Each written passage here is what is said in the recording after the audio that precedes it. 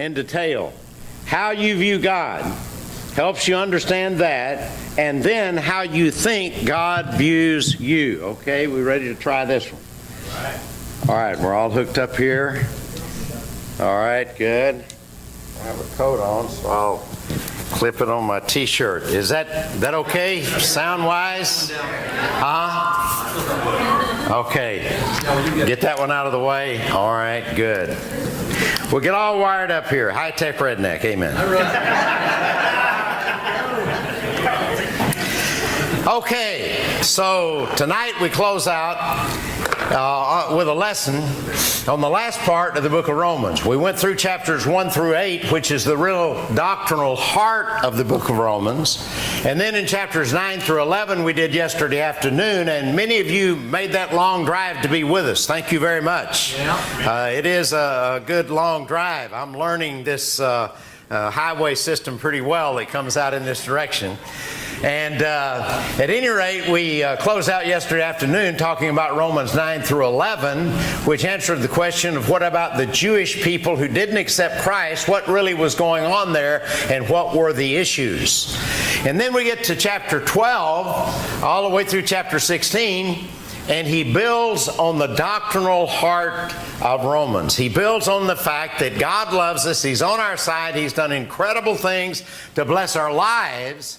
And now, what should be our response? And especially, what should be our response to one another? Because we are God's kids, and God cares how we treat each other. In fact, that's a big thing to God, is how we love one another. One time we had this young woman that worked for DPI, and she was single when she started. She got married. She had a little boy, and he was a cute little guy, and I love kids. And I used to see them in fellowship, and I would just go over and grab the kid. And it dawned on me one day, I'm not even giving her a hug. I'm just going straight to the kid. And so we were very good friends. I said, I always just go straight to your kid and hug on him. How does that make you feel?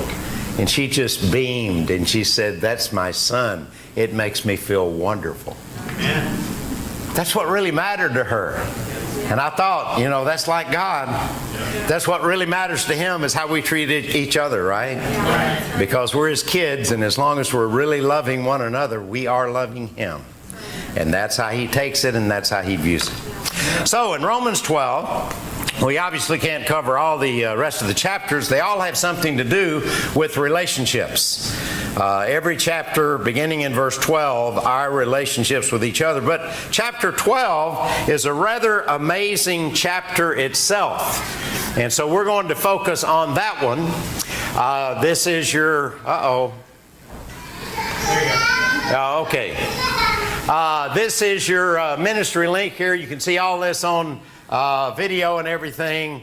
Michael Wood does a great job with that, so you can go and see on video what we've done. That is my website, just gordonferguson.org, and you can find 60, 70 articles that I've got written and a number of other things as well. But when we get into Romans 12, lesson 7, this actually is 12 and 13, but we're going to talk about 12 only because it's about a religion of relationships.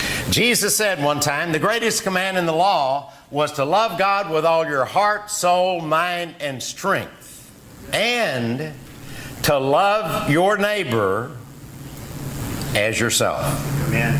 And so he covers what God is interested in as far as relationships and love.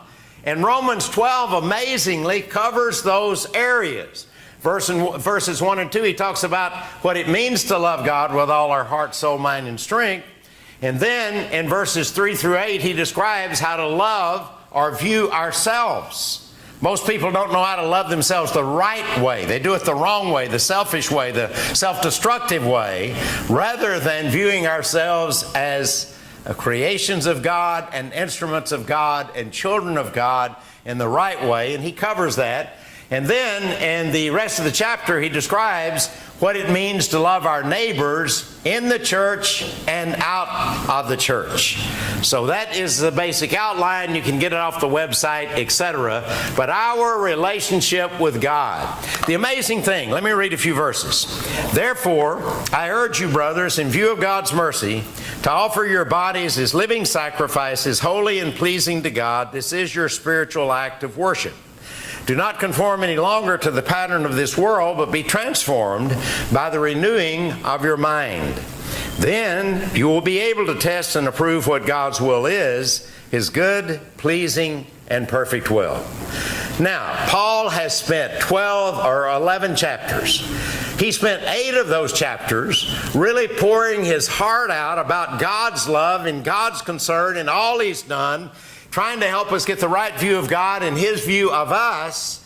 And after all of that, he begins chapter 12 by saying, therefore, I urge you, brothers, in view of God's mercy, to present yourselves to Him. That tells me something. It tells me that it's easy to lose what we've gained spiritually. It's easy to lose what we have in relationships. And so he says, I urge you. After all that other we just read, I would think we've got it by now, but he says, I urge you to do it. I was talking to someone this morning, and he was saying how much he'd been helped by Friday night and Saturday.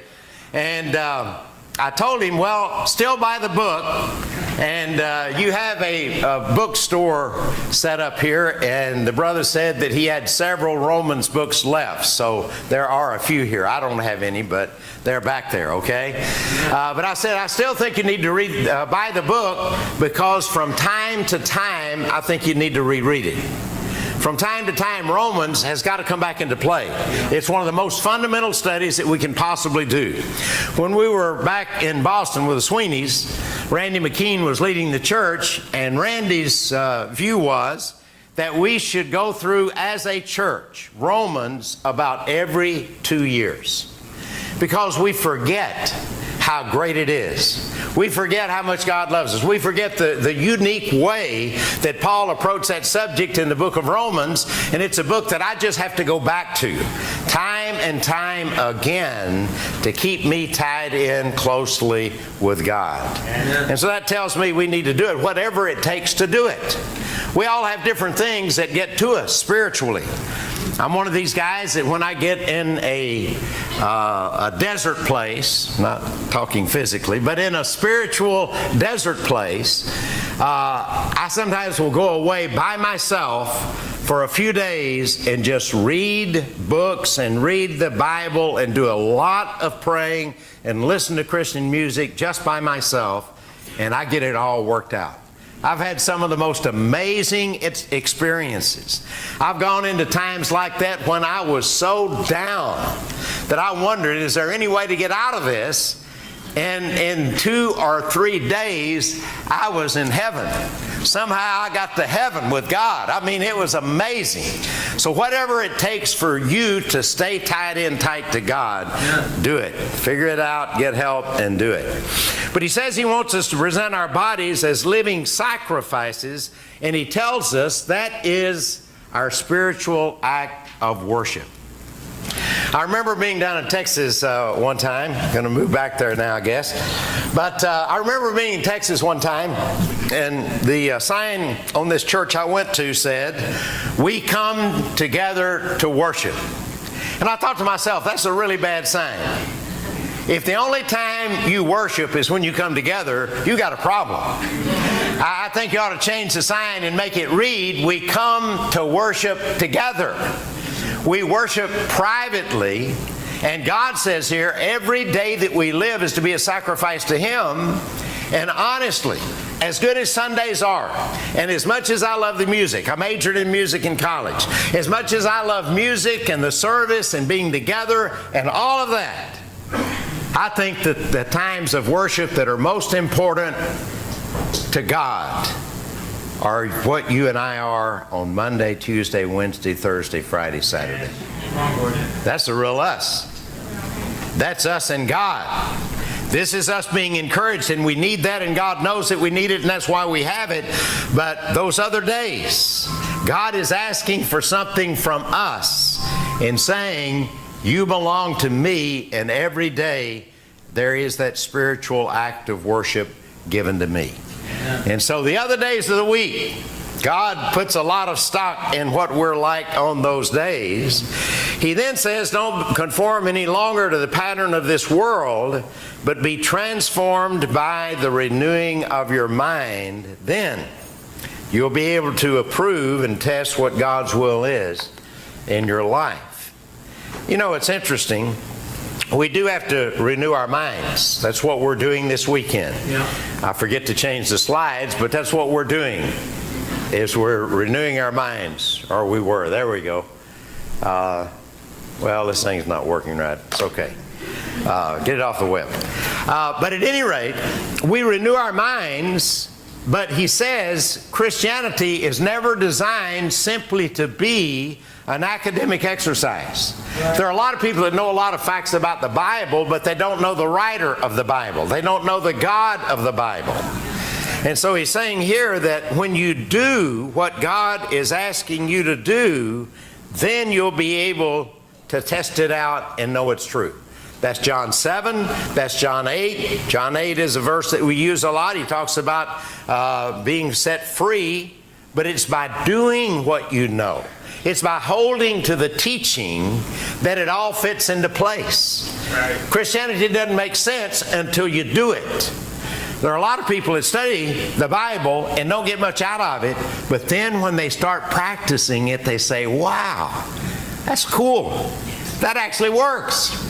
Yeah, I told you so. But they're not going to know it until they do it, because that's how God designed it. And so these verses here about our relationship to God are packed full of some real spiritual meat. And he wants us just to stay so tied into God that the world, as one version says, is no longer able to press us into its mold. And that's what conforming to the world is all about. We get so influenced by it. There's so many things that we're around, that we hear. We're bombarded with worldly ideas, worldly concepts, worldly values. It's all around us all the time. And he says you've got to fight against that by filling your mind with the Bible. I love the Bible. I love to study it. I love to teach it. There's nothing more exciting to me, because it's changed my life and it keeps changing my life. I find new things. I find new treasures, new passages, new things that speak to me and help me to change. But otherwise, I become like the world in my thinking. And as I said, I think in one of the lessons, you've got to figure out your evidences that you're not doing well spiritually. That there are things that come up in your thinking and you know, wait a minute, where did that come from? Something's wrong here. And it's just a good sign you need to get back to getting into the Word and figuring out you and God. But I love these verses. He goes on to say, in regard to how you view yourself, he says, beginning in verse 3, for by the grace given me, I say to every one of you. I like that, every one of you. No one is past the need to be warned. Okay? We all need help. For by the grace given to me, I say to every one of you, do not think of yourself more highly than you ought, but rather think of yourself with sober judgment in accordance with the measure of faith God has given you. Okay, that is very important to us. You know, I used to say when I was younger that I was raised in a family that spoiled me. We didn't have much money, but I was the only child for 10 years. After me, they were afraid, I guess. But finally, my sister came along 10 years later. But I was used to getting my way. You know, Dad wasn't in the picture all that much, and Mom was kind of a pushover for me, and so I got my way a lot. And when I was younger, things wouldn't go my way, and I would think to myself, hey, what is this? I am Gordon B. Ferguson, Jr. What in the world is going on here? I thought everything was supposed to go my way, and God says, sober up, man. The world isn't built around you. You are not God's gift to creation. You are a sinner in need of grace. And so God is always reminding us of who we are without Him, but He wants us to also see who we are with Him. That's what we've been all about in Romans this weekend, is to help us see who we are with Him and not to focus on who we are without Him, because if we've got any memory at all, that's not a real great memory.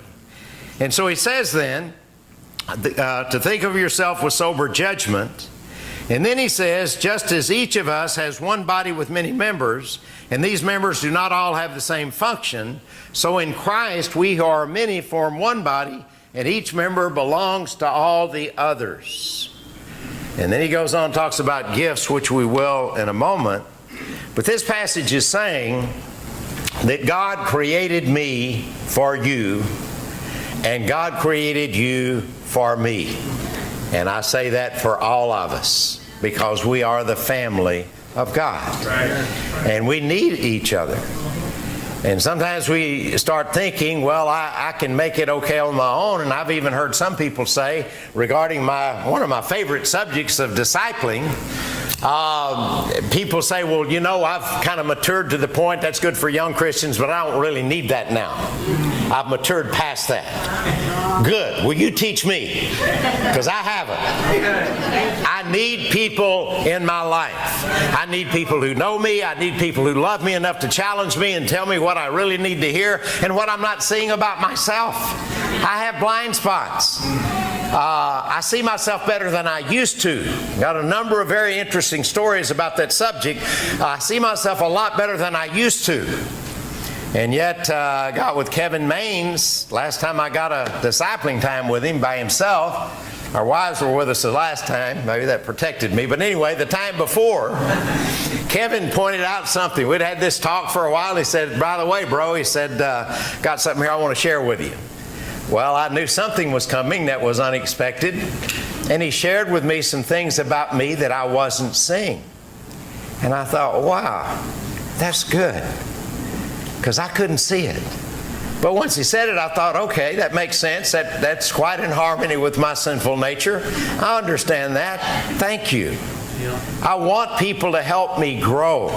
And we need each other. We belong to each other. And we're always going to need each other and need relationships. When I do move to Dallas, first sermon I preach somewhere, I will say to them, I just moved here. I know some of you at a distance. I know a few of you may be better than others. But I need to get to know you. I need you in my life. I need friends. I need friends that are spiritual. I need a spiritual family. God made us to be that way. And then he talks about gifts and how we really do give to each other. He said, we have different gifts according to the grace given us. If a man's gift is prophesying, let him use it in proportion to his faith. If it is serving, let him serve. If it is teaching, let him teach. Thank you. If it is encouraging, let him encourage. If it is contributing to the needs of others, let him give generously. If it is leadership, let him govern diligently. If it is showing mercy, let him do it cheerfully. In the newer version of the NIV, the 2011 version, which is what you have on your phone or tablet or whatever, that's the new version. He says it in a different way. Rather than saying, if someone has a gift, let him use it, it says, if you have the gift, use it. So it puts the challenge on the one who is gifted rather than others. But I think it works both ways. I think if we have a gift, we've got to use it. We've got to make our mind up, we're going to use it. On the other hand, I think we also have to help each other understand what our gifts are and give each other opportunities, create opportunities to use our gifts, because all of us have gifts. Yeah. Gifts are interesting things.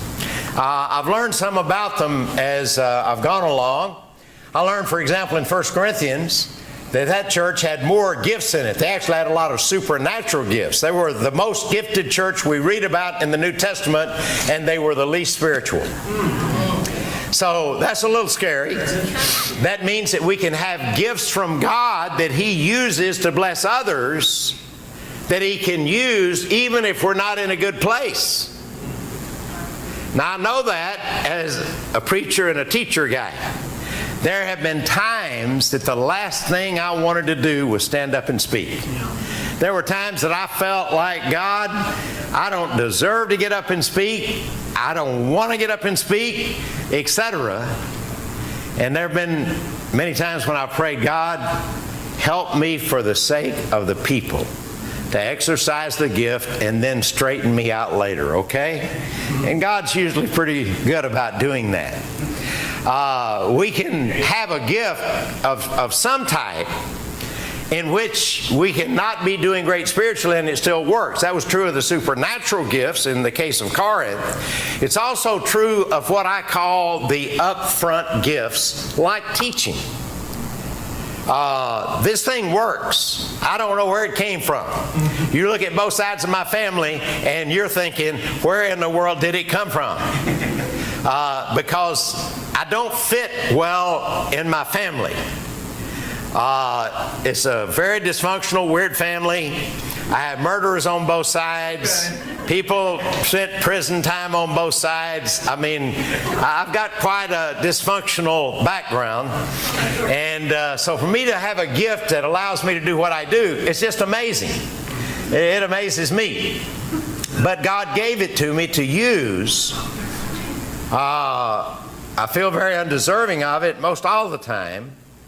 But sometimes we can get confused about that. I'm not on this, but let me help you. One time my wife and I were talking, and she was down that day. She was feeling down on herself. We can all get there. She was feeling down on herself, and she started comparing herself with me in the teaching realm. Now, my wife is a good teacher. Yeah. She and I did a retreat up at Torrance last weekend, and we both taught. And I think we did a parenting weekend. We got a marriage time coming up out here. Teresa will do a great job, but she doesn't have the same gift of teaching that I do. And so one day she was sort of feeling down on herself, and I said, honey, let me help you with this. I know what men are impressed with. People are impressed with the upfront type gifts. Right? I mean, that's just the way that we're built. We're impressed with people that are somehow showing their gifts in a public way. On the other hand, there are other gifts that I call behind the scenes gifts, like giving and like encouraging and these other gifts that he mentions here. I said those are what I call behind the scenes gifts. So which gifts does God most treasure? Which gifts? And she thought about it a minute, and I said, honestly, I think He treasures the behind-the-scenes gifts more because they are most closely connected with one's character. You see, when you talk about encouraging and serving and giving, those are character things. That grows out of one's character. Yep. The teaching gift is a different deal. I don't know where it comes from, but it comes. I mean, you have to learn the Bible, but you either have the gift of teaching or you don't. You have the gift of taking something complex and breaking it down and making it simple, or you don't. Right.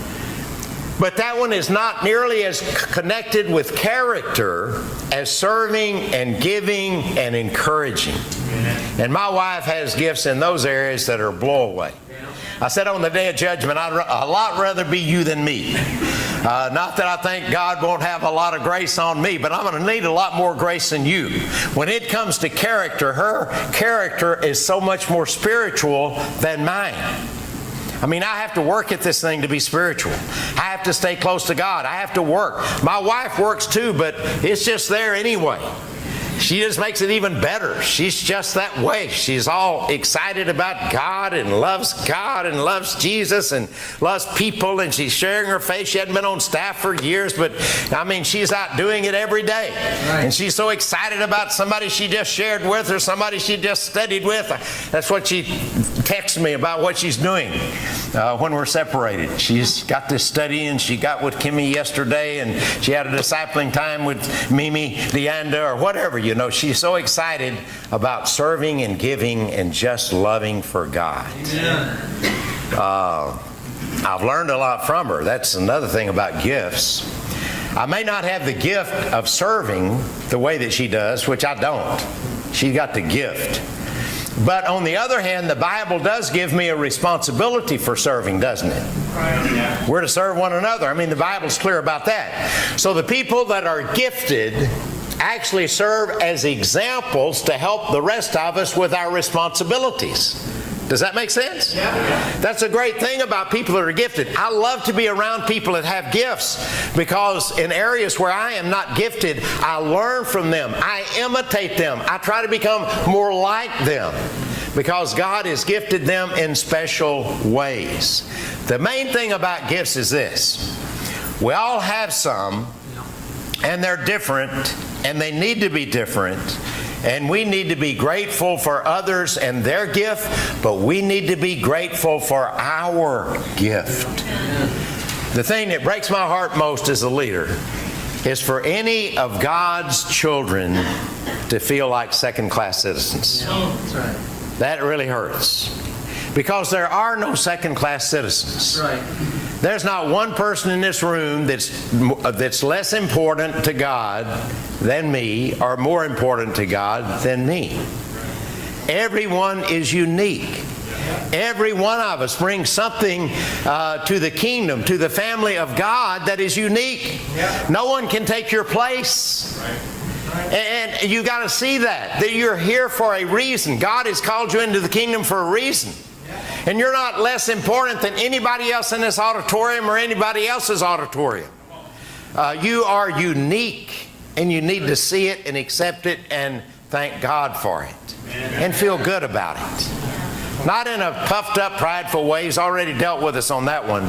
But to value the fact that we are made in God's image, and we are gifted by God and loved by God and used by God. I love that about the way God created His family.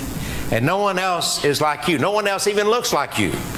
Here and there maybe a few look-alikes. I guess there are some identical twins, but human beings don't even look alike. And all of us are so unique to God. You know, if you had 12 children and one died, and somebody said to you, well, at least you still got 11, that would be a really stupid thing to say. I don't care if they have 21. My across-the-street neighbor in Phoenix, his mother had 21 children. One woman, 21. But every one of the 21 was unique to their mom and dad. And no one could take their place. And that is true in God's family. We have to see ourselves that way. We are made uniquely. We're gifted uniquely. We do things that no one else can do, and we help each other because we belong to each other. Isn't that a wonderful teaching? I love that teaching. Yeah. He goes on and says, love must be sincere. And then he tells us what sincere love is. Hate what is evil, cling to what is good. In other words, sincere love is honest love. You hate the things that are wrong and you love the things that are good, and you're not afraid to say it. We don't hate people, but we hate sin. Yeah. It's okay to say that. Okay. You know, Jesus said, as many as I love, I rebuke and chasten. Jesus said, I hate the works of the Nicolaitans in Revelation. I hate them. He didn't hate the Nicolaitans. He hated the works of the Nicolaitans. You see, you can't really be like Jesus unless you learn to hate the right things and love the right things. Because your ability to love in some way corresponds to your ability to hate what is wrong. And you find somebody that doesn't hate what is wrong, they're not going to love very much either. Because God created us to hate the things that hurt people and to love the things that help people. He goes on to say, be devoted to one another in brotherly love. Honor one another above yourselves. Now we know what being devoted is, right? Yeah. Being devoted to a job, being devoted to your family being devoted to a football team. I remember in Boston, we lived there for a long time. I went to a number of football games. And sometimes they said bad things about our church. Called us a cult or something, you know. I thought it was a wonderful church. But anyway, they said some bad things about us because we believe the Bible, and we're very fundamental, and we believe the Bible means what it says what it means, etc., etc. Well, anyway, that got us in trouble with certain people. But I go to the ball game, and there'd be these guys without any shirt on, and they're all painted up in Patriot colors, and it's freezing and snowing, and they're out there, and people view them as normal. They're just devoted to the team. That's right. And I'm telling you what, they had to be full of antifreeze to do that. That's cold weather. But we see people that are overly devoted to a lot of things. But God is asking of that from us. And he moves right on by saying, never be lacking in zeal, but keep your spiritual fervor serving the Lord. That passage always does something to me, because I think, okay, what value are old people? What value is it to get older? Well, you get grandkids, that's pretty cool. But the main thing that I'm interested in is being an example that encourages people. Because one of the scary things in studying the Old Testament is some of God's really good guys, amazing guys, lost it when they got old. That scares me. Now, there are a lot of things, honestly, I don't like about aging. I'm not good at aging. I don't like aging.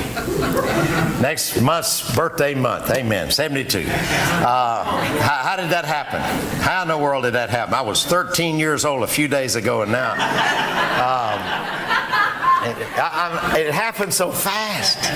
I remember the 7th grade. That's when I met Teresa, in the 7th grade. Now, we didn't even like each other for a number of years till after that, but at any rate, we met in the 7th grade. And I remember the first day at Midway Junior High School. I know what was in with our clothes back then. It was black pants, a thin little white belt, and a pink shirt. I mean, that was in. We voted in a new school for that to be our school colors, pink and black. Well, our teachers understood that's probably a little bit faddish, and they didn't go for that, but we were ticked off about it anyway. But I remember that it goes fast. But one thing about aging is that we can set an example for people that you can not only hang in, but hang in well. You know, death is inevitable. I know I'm going to die. That doesn't worry me much. What worries me is I don't want to lose my zeal. I want to die strong. I mean, even if I'm weak and slobbering and whatever else goes on and getting my diapers changed when it's toward the end, even if it gets that bad, I hope God gives me the strength to sit up in bed one time and say, Jesus is Lord, one more time. Because I want to live a life that doesn't slow down until it has to, but it doesn't cool off. That's the main thing. I don't want it to cool off. He says, keep your spiritual fervor serving the Lord. Never be lacking in zeal. And it bothers me when I see people that at one time were fired up for God, and now they've got a hollow look in their eyes. That worries me. That hurts my heart to see people that I've known and walked with and worked with that at one time were fired up for God, totally in love with Jesus, and now they've cooled off, maybe even left God, but they're not who they used to be. And sometimes people look at that and they say, yeah, well, you know, they got older, and when you get old, don't talk to me about getting older. I know about that one. You're talking to the wrong guy now. I am older, but I still am zealous for God. That's why I'm here this weekend. That's why I drove here to be here this weekend. One more shot. Give me one more time. I got a few more things I can say. Because I am excited about God. I'm excited about the Bible. I want people to be close to God. I want people to be strong in their family. families. I want people to avoid mistakes that I made in my life. I want to see people do well for God all of their life. And when it comes time to transfer to the home office, I want them to do it well.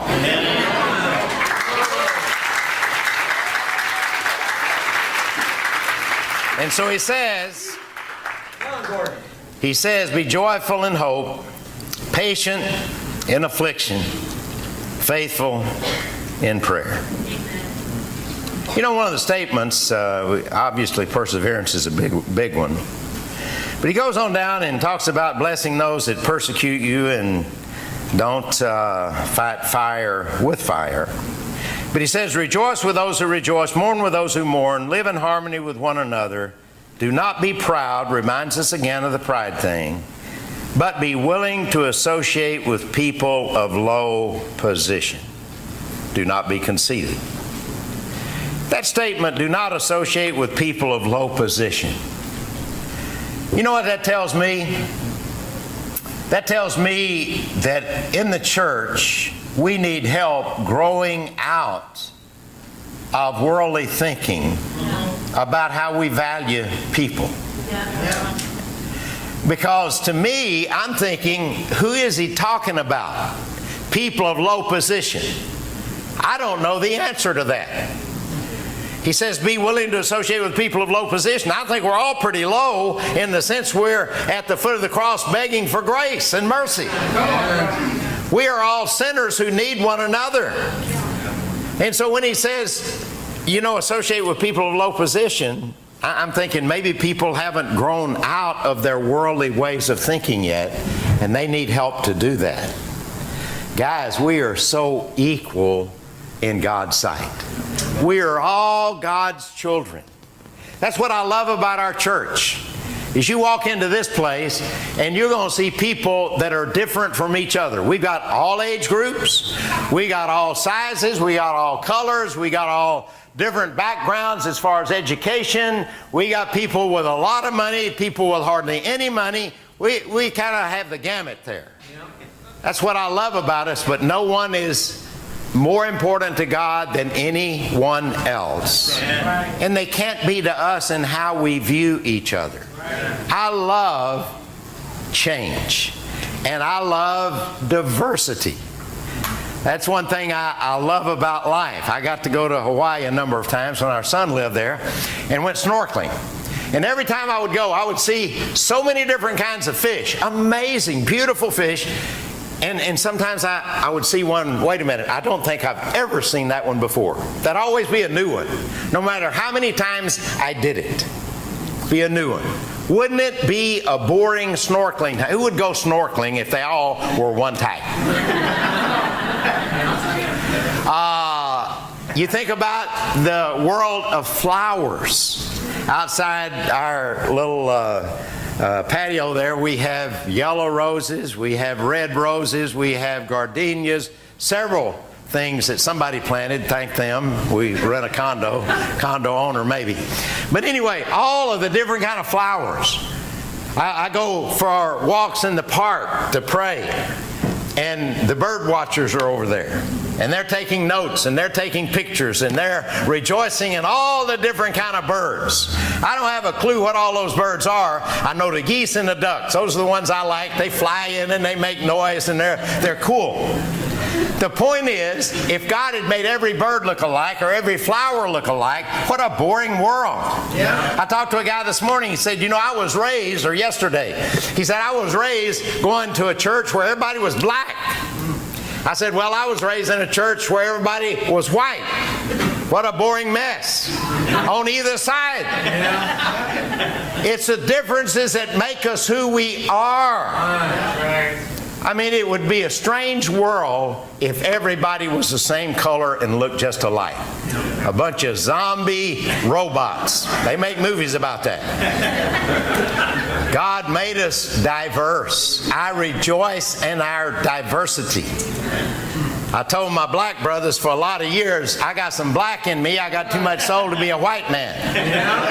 So I finally took a DNA test. They never would believe me, so I just took a DNA test. 12% black. I I found out a family secret. My grandmother, they said she was dark-skinned and she was a Cherokee Indian. I have 0 Native American. So she was black passing as a Cherokee Indian. Anyway, so family secret. They're all dead now. They don't care. But the point is, there are no people of low position. That's right. There's no one here more or less valuable than anyone else. And that's what I love about us. Amen. I'm just one of the guys. I have a role, I have a gift, I have a function. I'm up here doing it. When I'm done, I step down and I'm just one of the brothers. That's all I am. That's all I'll ever be. It's all I ever want to be. I'm just a regular guy in need of friends, in need of love, in need of God, just like you. Yeah. That's what Romans tells me. That's why I love the book. God says, here's how to look at me. But he says, guys, here's how to look at yourself. You are the family of God. I care about you. I love you. I care about how you relate to each other because you are all my children. And if I had 199 were in a good place and one went astray, I'd be after the one. And that's the way God is. He's got a lot more than 100, but even if the one goes astray, out of how many ever he has, his heart is going to go after that one. And so if you get Romans, God gets you. I hope it's been helpful to you, and I hope you stay close to God and you keep studying. But we have a challenge from God to be our best for him. But that also means we are our best for one another. You need each other. I need you. You need me. We're all in this thing together. We're going to end up in heaven together. Praise God for that. But until we get there, we all need a lot of help. So let's be the family of God, living as the children of God.